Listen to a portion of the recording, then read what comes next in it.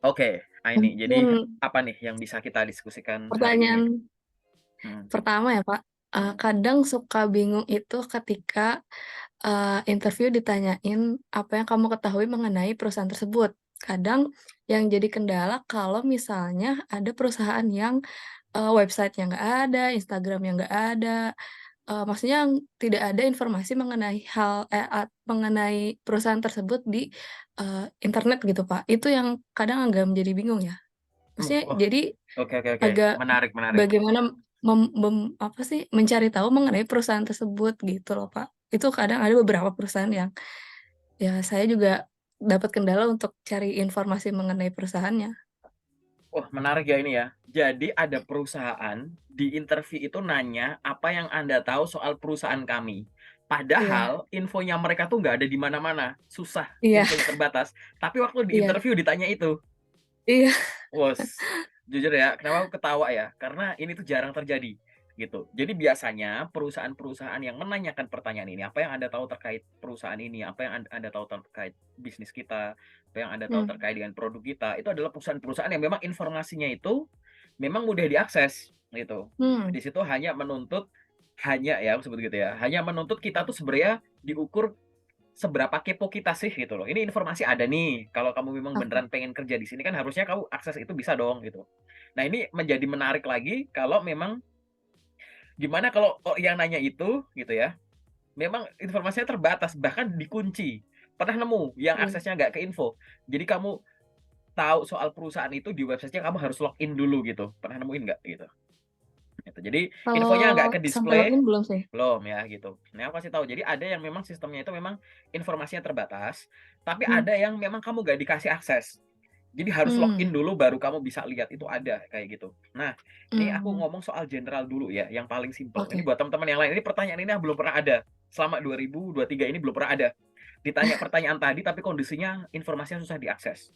Satu, kamu harus sadar dulu bahwa saat kita riset terkait perusahaan, itu jalannya itu ada banyak, oke?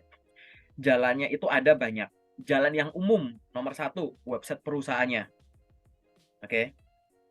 Tapi itu bukan sumber tunggal. Iya, Yang kedua adalah sosial medianya. Jadi kalau di websitenya nggak ada, yang kedua cari sosial medianya. Yang nomor dua juga nggak ada, masuk ke yang nomor tiga, yaitu di berita atau di media. Pernah nggak ada suatu pencapaian khusus atau event tertentu yang sampai diliput media gitu? Oke. Kalau sampai ke tahap nomor 3 ini kamu masih ngerasa kurang, ada yang nomor 4 yaitu cari info dari orang yang kerja di sana, gitu. Cari info dari orang yang kerja di sana. Dan yang kelima adalah tanya orang yang memakai produknya. mmm, Oke. Case yang terjadi di kamu ini memang jarang, tapi karena kan nggak ada yang nanya, jadi jarang aku sampein ya gitu. Bahwa riset soal perusahaan itu 2 poin terakhir, nomor 4 dan nomor 5 itu memang kadang jarang dibutuhkan. Kenapa? Karena dari 1, 2, 3 itu orang udah dapat lengkap.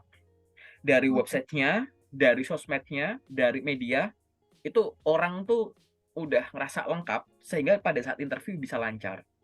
Tapi mmm, kalau kamu ngerasa 3 ini masih kurang, ada 2 hal ini nih, terkait dengan orang yang bekerja di sana dan pemakai produknya. Kita bahas satu-satu. Gimana caranya kamu bisa tanya ke orang yang kerja di sana? Tanya itu ada 2 cara. Ada yang tanya langsung nih, bener-bener kamu ngobrol sama orangnya. Lewat telepon, lewat chat, lewat sosial media, connect dulu misal pakai LinkedIn gitu kan. Kalau itu bisa diupayakan, nggak apa-apa. Tapi kalau itu nggak bisa diupayakan gimana? Nah, aku ngomongin LinkedIn dulu ya. Contoh nih, di LinkedIn, orang misalkan kerja di sana. Biasanya orang yang punya pengalaman kerja di sana, nulis pengalaman kerjanya di LinkedIn itu nggak cuma sekedar pengalaman kerja aja. Kadang ada penjabarannya, tanggung jawabnya ngapain gitu. Kadang ada contoh-contoh activity dia di sana gitu. Jadi lihat dari activity postingan gitu. Nah itu bahasa aku adalah itu adalah bentuk nanya tanpa nanya orangnya.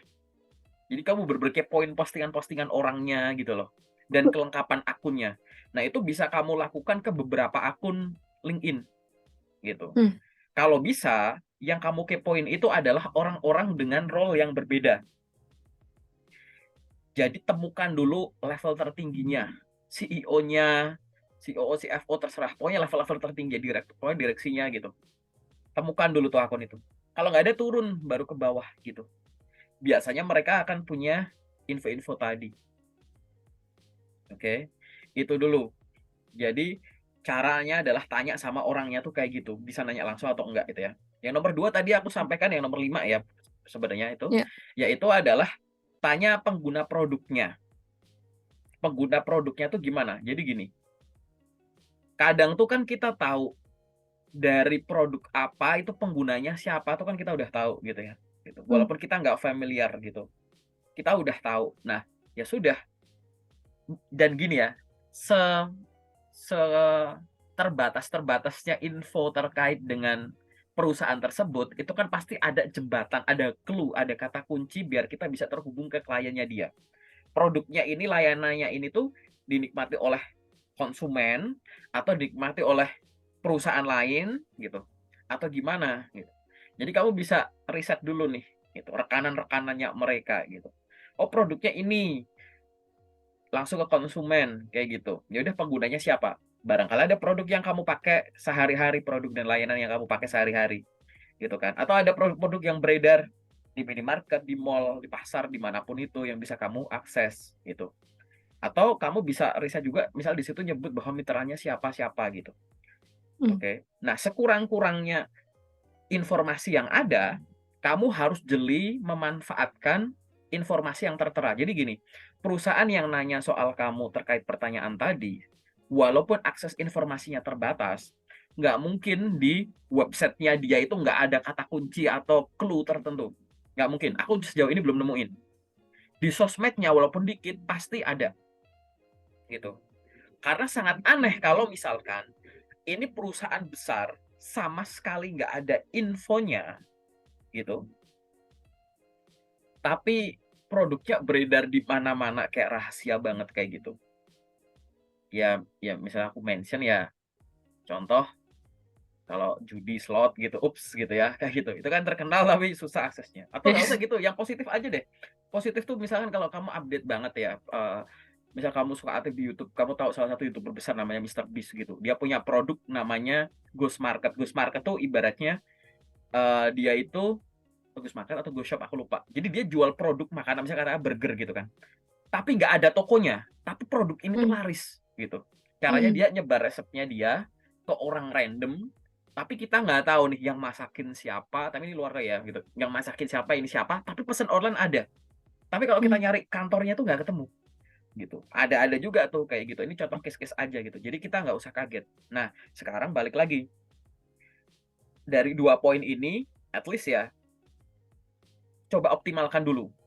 Dari yang pengguna produknya, ya, konsumennya, gitu, sama orang yang kerja di sana. Ya. Nggak mungkin lah kalau sama sekali nggak ketemu. Itu dulu. Tapi kalau misalkan itu kamu masih ngerasa terbatas, oke, yang selanjutnya adalah variasi media pencarian. Jadi yang nomor 1 tuh tadi 5 ini dilakukan secara komplit dulu. Ini riset ini Hmm. gini ya, riset ini dilakukan jauh sebelum kamu ada panggilan tes, Oke. gitu. Nggak bisa kalau misalkan kamu tesnya hari ini, carinya hari ini gitu, terlalu mepet gitu. Jadi begitu kamu misalkan udah ada undangan psikotes gitu, atau sebelum psikotes pun kamu udah mulai riset tuh kayak, apalagi udah yakin kayak aku bisa deh, kayaknya aku lolos deh gitu-gitu. Jauh-jauh sebelumnya. Ya, 5 ini tuh dilakukan secara komplit dulu. Yang kedua adalah kalau bahasa aku tuh variasi media informasinya gitu. Variasi media info tuh gini, banyak orang riset soal perusahaan dalam bentuk artikel. Coba kamu cari info dalam bentuk gambar maupun video, gitu.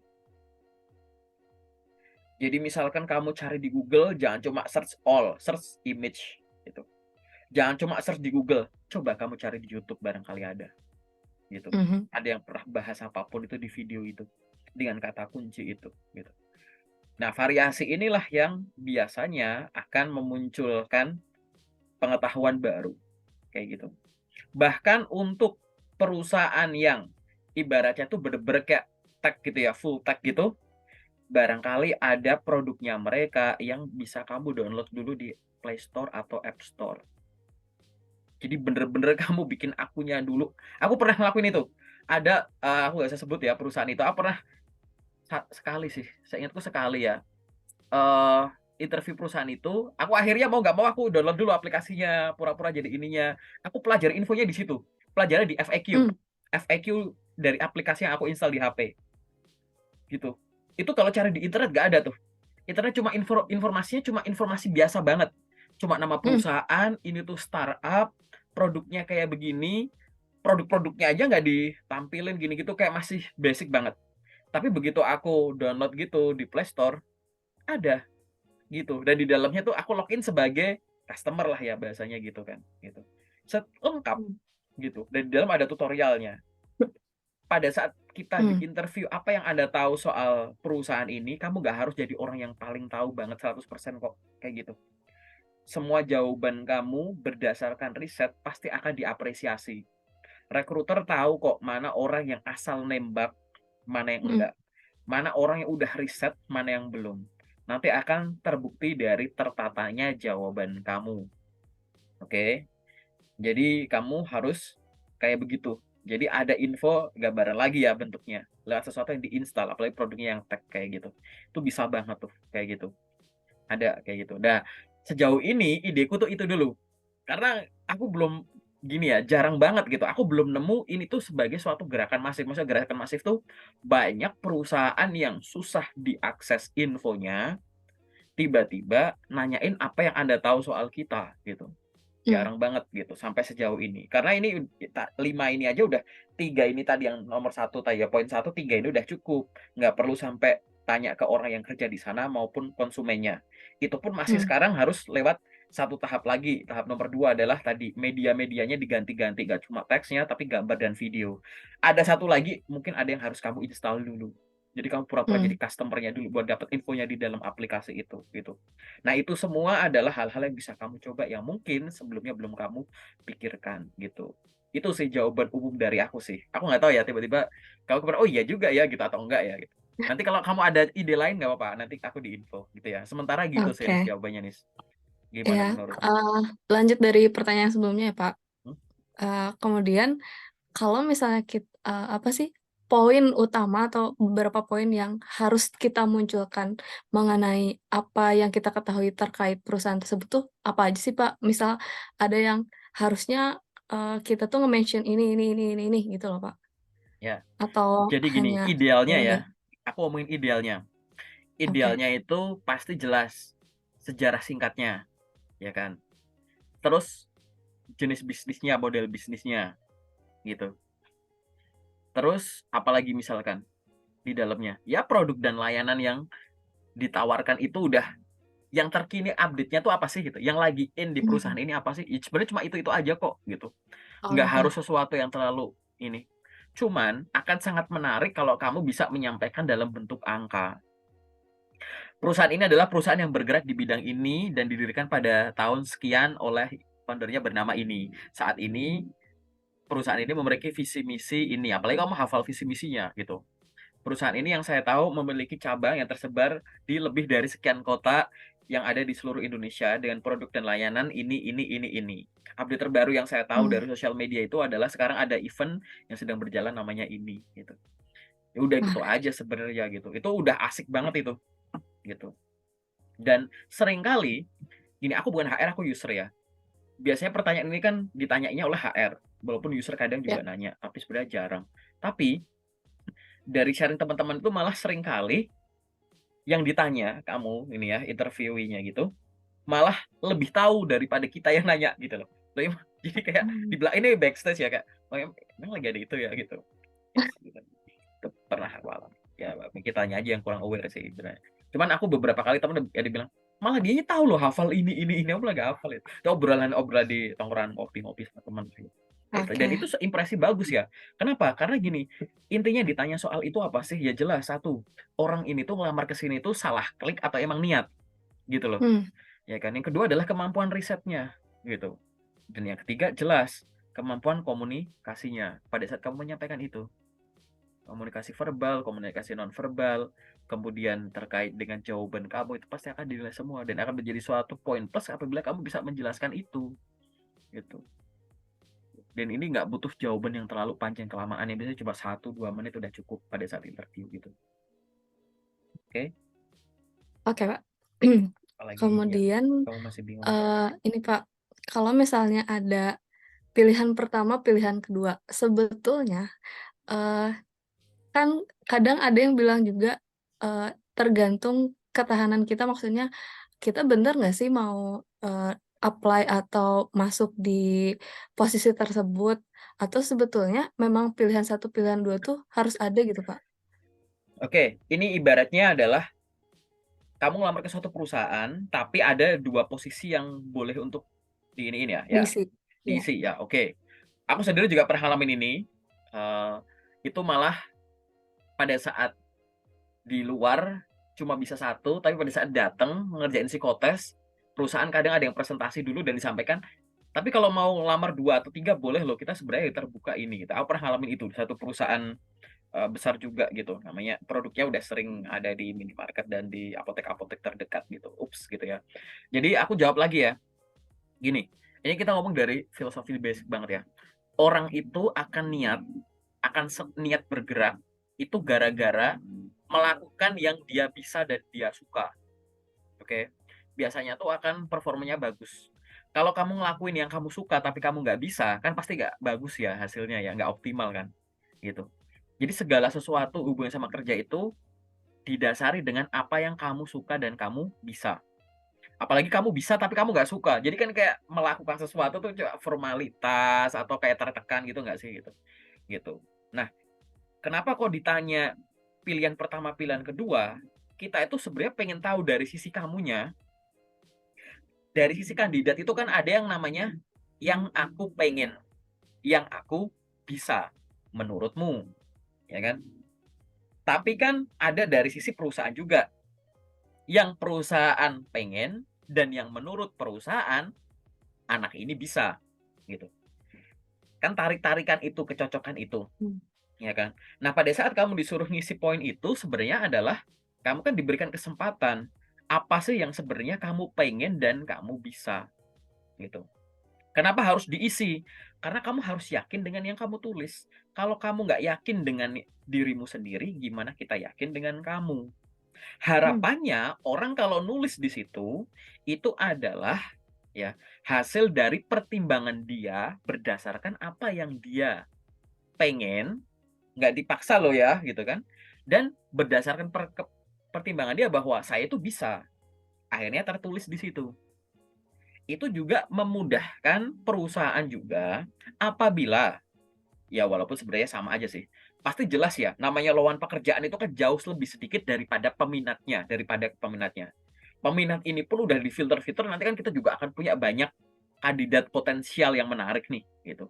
Dengan Ya. adanya semacam itu, memunculkan kemungkinan juga bahwa kalaupun aku udah ngeplot orang untuk posisi ini, kamu juga berhak untuk aku tawarin, gimana kalau misalkan kamu kayaknya tuh berdasarkan CV dan isian ini, kamu tuh kayaknya juga bisa deh untuk posisi bukan QA tapi R&D, kira-kira kamu tertarik nggak? Gitu. Gitu. Itu kan juga mempermudah pertimbangan itu, karena kamu tulis di situ, ya kan? Gitu. Jadi lebih ke arah sana gitu, memudahkan kalau misalkan itu dan intinya adalah kamu juga punya kesempatan untuk ditawari posisi lain gitu. Urusan nanti akhirnya kamu setuju atau enggak nanti aja gitu. Tapi yang jelas adalah mengisi lebih dari satu pertanyaan itu, lebih dari satu tadi gitu, itu bukan ngisi asal ya, paham nggak gitu. Bener-bener yang kamu sudah pertimbangkan matang gitu. Tuh, jadi posisinya apa, posisi apa. Ini pun juga akan muncul. Nggak usah di form itu deh, misalkan gini, pertanyaan ini tuh nanti variasinya gini, "Kak, aku buka website suatu perusahaan." Di website-nya itu banyak loker tuh, gitu. Mmm. Misalkan marketplace, gitu. Aku sebut aja misal Shopee, gitu, ya kan. Kamu buka website-nya Shopee, ada info loker, itu lokernya banyak banget, gitu. "Boleh nggak aku ngelamar lebih dari satu?" Nah, pernah ada pertanyaan kayak gitu nggak kepikiran? Ini sebenarnya variasinya aja sih, gitu. Sama nggak harus perusahaan ini sih, perusahaan lain juga banyak yang begitu kamu buka website-nya, dia buka posisi lebih dari satu. ya aku akan menyarankan bahwa silahkan gitu ya, lamar yang kamu yakin kamu itu sesuai gitu. Ada beberapa perusahaan yang langsung nyebut, silahkan lamar satu saja. Ada perusahaan yang nyebut silahkan lamar maksimal sekian dalam satu waktu, ada. Nanti kamu ada rekrutmen CASN kan juga sama gitu kan. Maksimal satu posisi di satu formasi, gitu-gitulah bahasanya gitu. Ada yang ketentuan itu emang ada disampaikan, ada yang enggak gitu. Nanti aku kasih link ya, aku pernah bahas ini di channel YouTube-ku gitu, bahwa boleh nggak kita melamar lebih dari satu posisi gitu dalam satu perusahaan. Ini sebenarnya variasi dengan yang tadi, disuruh ngisi pilihan pertama apa, pilihan kedua apa, sebenarnya mirip-mirip lah kayak gitu. Bisa kamu translate sebagai kalau memang di situ boleh dikasih form ngisi lebih dari satu, artinya diperbolehkan sama perusahaan ini kan. Ya silahkan gunakan dengan sebaik mungkin, dengan pertimbangan yang masuk akal. Masuk akal itu apa? Didasari dengan apa yang kamu rasa kamu suka dan kamu rasa kamu bisa, gitu. Basic-nya ke situ lagi. Itu ya jawabannya ya. Oke, Aku Pak. panjang-panjangin biar kamu kalau putar ulang video ini bisa, oh urutannya tuh begini mikirnya gitu. Oke. Oke? Lanjut lagi, Pak. Misal, Oke. kita ada undangan interview, Pak. Tapi kan posisinya kita, masih bekerja ya. Apakah ketika kita meminta reschedule, itu akan mempengaruhi penilaian terhadap diri kita nggak sih, Pak? Tapi kan Oke. maksudnya dari sisi kita sendiri kan, eee, biar bisa balance dua-duanya gitu, maksudnya kerjaan kita, lancar, kita juga bisa ikut interview gitu loh, Pak. Oke, ini ada beberapa poin ya aku sampaikan ya, bahwa satu, perusahaan sebagaimana kamu sebagai seorang kandidat, sebagai seorang individu, pasti seneng ya kalau diprioritaskan, bener nggak? Gitu, Mmm, gitu. Ya, jadi ibaratnya apa? Bagi perusahaan di mana kamu bekerja, kan lebih suka kalau kamu tuh memprioritaskan kerjaan daripada hal-hal mhm, mengganggu di luar kerjaan, ya kan? mhm, Tapi bagi perusahaan yang kamu lamar, mereka tuh buka lowongan kerja tuh kan bukan iseng ya, mereka kan butuh pemenuhan mhm, segera dengan kualifikasi semacam itu kan, kayak gitu. Artinya kan aku nggak masalah aku nggak peduli kamu masih bekerja atau enggak, yang penting kamu bisa join segera misalkan. Yang penting kamu mmm, bisa sesuai kualifikasi dan mengikuti rangkaian proses rekrutmen dengan baik, kan kayak gitu, gitu. oke, Jadi jangan sampai gitu, kamu ngelamar ke suatu perusahaan, kita nilai sebagai, "Oh anak ini pengen," tapi begitu mengikuti tahapan rekrutmen tertentu gitu, pengennya tuh kayak nggak kelihatan pengen, ini niat nggak sih? Kayak gitu, mmm, gitu. Bukan berarti kamu jelek, enggak, gitu. Bukan berarti kamu langsung di-blacklist, enggak, tapi kandidat lain tuh banyak, gitu. Karena kita tuh butuh oke, pemenuhan segera, di situ. Sehingga, gitu, kalau misalkan kita sebagai seorang yang masih bekerja dan berpikiran untuk melamar kerja di tempat lain, boleh nggak? Boleh. Banyak teman-teman yang melakukan itu, aku pun juga melakukan itu, bahwa aku nggak bakal pindah kerja dulu sebelum dapat kerja gitu. Itu mmm, hal hal wajar gitu. Tapi sekarang bagaimana caranya kita secara profesional gitu ya, memprioritaskan perusahaan-perusahaan yang sudah memberikan kita kesempatan baru ini, tanpa mengabaikan tanggung jawab yang sudah ada, kayak gitu. Yaitu dengan mmm, apa? Salah satunya tadi, dengan adanya reschedule. Jadi artinya reschedule itu tetap hak kamu. Tapi kamu juga harus fokus, gimana caranya kamu melakukan reschedule secara ilegal, elegan, kayak gitu.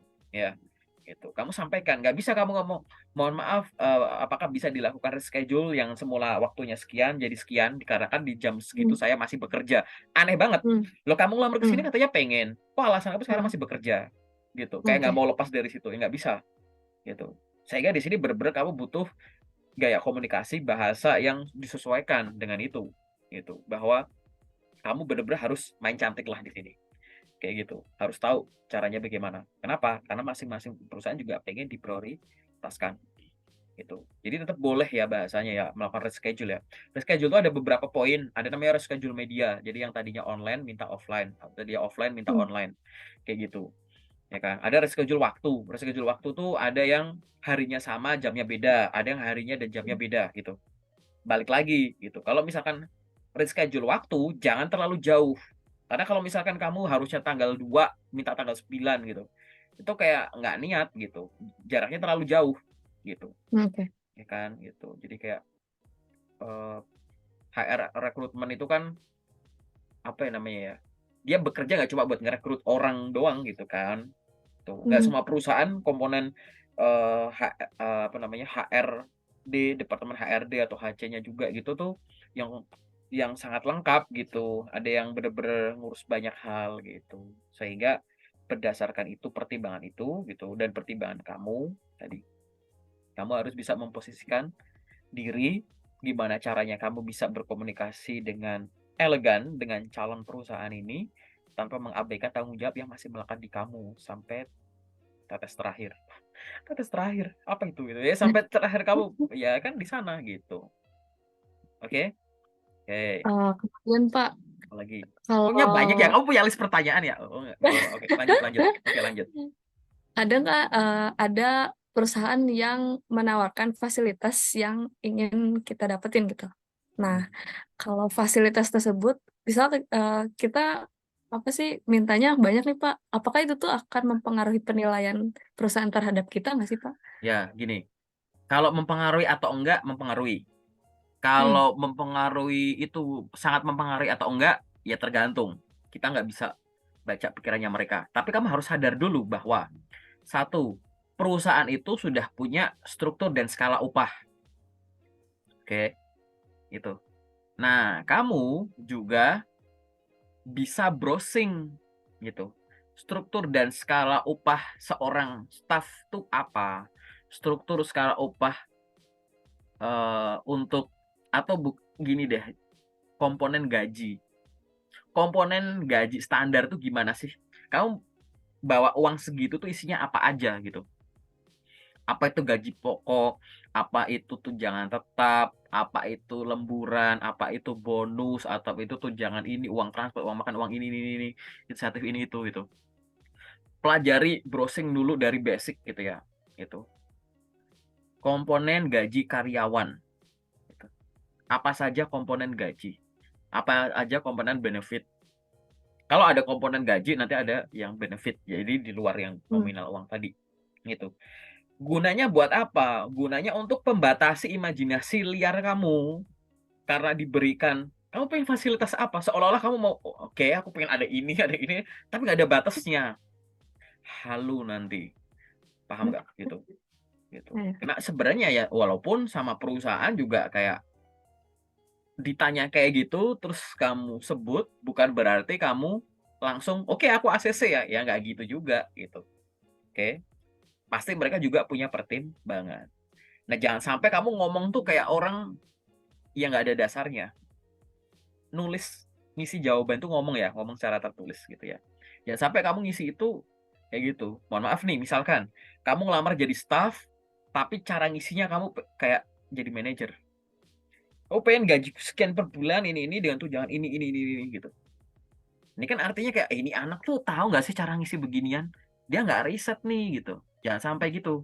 Makanya silahkan kamu browsing dulu, gitu. Terkait dengan komponen gaji, itu apa, gitu. Mengetahui komponen gaji. Kalau ada ya basic-basic cara ngitungnya gimana gitu-gitu. Biar nanti kamu tahu gitu. Terus habis itu terkait dengan apa itu struktur dan skala upah. Struktur upah, skala upah itu apa gitu. Browsing aja dulu. Biar apa? Tadi ya, itu untuk membatasi jawaban imajinatifmu gitu ya. Gitu. Oke. Oke, Pak, apalagi? Kalau masih bingung. Banyak loh ternyata. Dari caramu kemarin bilang tuh kayak simpel banget gitu. Cuman ini banyak. Tapi bagus sih pertanyaan kamu, eee, variatif gitu. Jadi banyak yang tertolong nih dari pertanyaan-pertanyaan kamu nih buat belajar. Menarik nih, sangat menarik. mungkin yang pertanyaan terakhir ya, Pak, Ya aku eee ngomong gini jadi terakhir kan gitu. Oke boleh, oke, boleh eee apa tuh? Apa sih, kadang suka bingung ketika kita ngejelasin, eee, pas kita perkenalan mengenai pekerjaan, sama apa yang dimasukin di CV.